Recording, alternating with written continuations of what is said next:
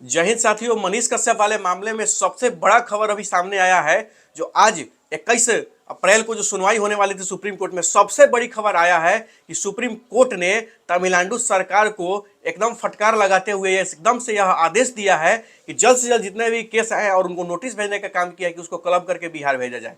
और निश्चित रूप से अब बहुत जल्द और समय दूर नहीं है कि जल्द से जल्द मनीष कश्यप भी बिहार के जेल में आएंगे और यहाँ से उनकी टोटल की जो केसेज हैं सबका बेल एक एक करके करके फाइल होगा और उनकी बेल होगी और वो बाहर आएंगे।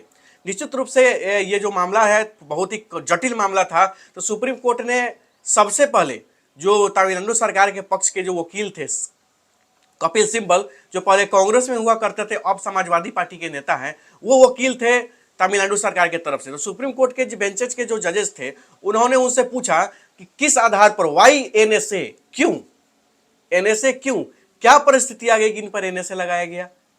तो इन सारी चीजों को पूछने के बाद उनका जवाब था कि ये लड़का वीडियो बना के इधर का उधर करता था, अफवाह फैलाता था।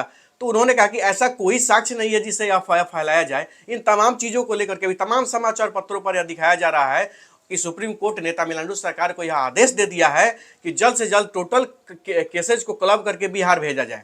तो निश्चित रूप से कपिल सिब्बल तमिलनाडु सरकार की तरफ से अपना पक्ष रख रहे थे और इधर सीधा मनीष कश्यप के पक्ष में जो वकील साहब है सिद्धार्थ तवे, उन्होंने भी अपना पक्ष रखा। उन्होंने भी बताया कि ये इतने भी सीरियस केसेस नहीं थे जिस पर एनएसए यानी कि रासुका लगा दिया जाए।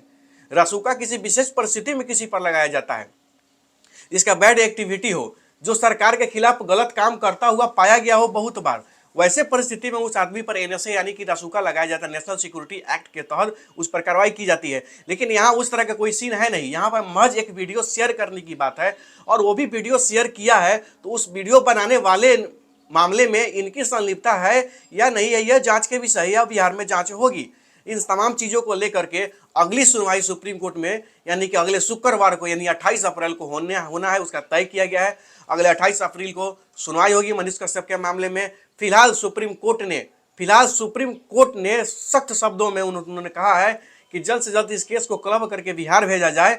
हालांकि कपिल सिब्बल ने अपना पक्ष रखा कि नहीं, वो मामला अलग है, बिहार का मामला अलग है, तमिलनाडु का मामला अलग है, इसलिए महोदय दोनों के केसेस को अलग अलग वहां पे रखने दिया जाए, दोनों को क्लब में नहीं किया जाए। एक बिहार का मामला जो है बिहार में सुनवाई होगी और तमिलनाडु का मामला तमिलनाडु में सुनवाई होगी।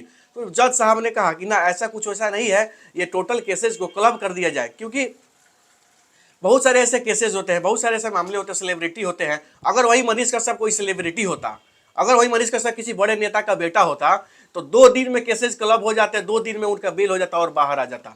लेकिन नहीं हो पाया। क्यों? क्योंकि मनीष कश्यप एक आर्मी का बेटा है, एक साधारण परिवार से, एक गरीब परिवार से, और ऊपर उठने का काम किया है, अपना पहचान बनाने का काम किया है। तो बहुत सारी यहाँ के जो सरकारें हैं उनके खल रही है, क्योंकि डीएमके और कांग्रेस का वह संयुक्त रूप से सरकार है तमिलनाडु में। समझिएगा थोड़ा बात, कांग्रेस की और डीएमके की सरकार है तमिलनाडु में, स्टालिन की, और वही कांग्रेस के गठबंधन की सरकार बिहार में भी है, जेडीयू कांग्रेस और आरजेडी की। तो कहीं ना कहीं इन लोगों का दोनों मामला का खिचड़ी पक रहा है और इन लोगों का बस इतना ही कहना, इन लोगों ने ईगो पर ले लिया कि नहीं, कुछ हो ना हो, बस मनीष कश्यप को फंसा के उसमें रखना है।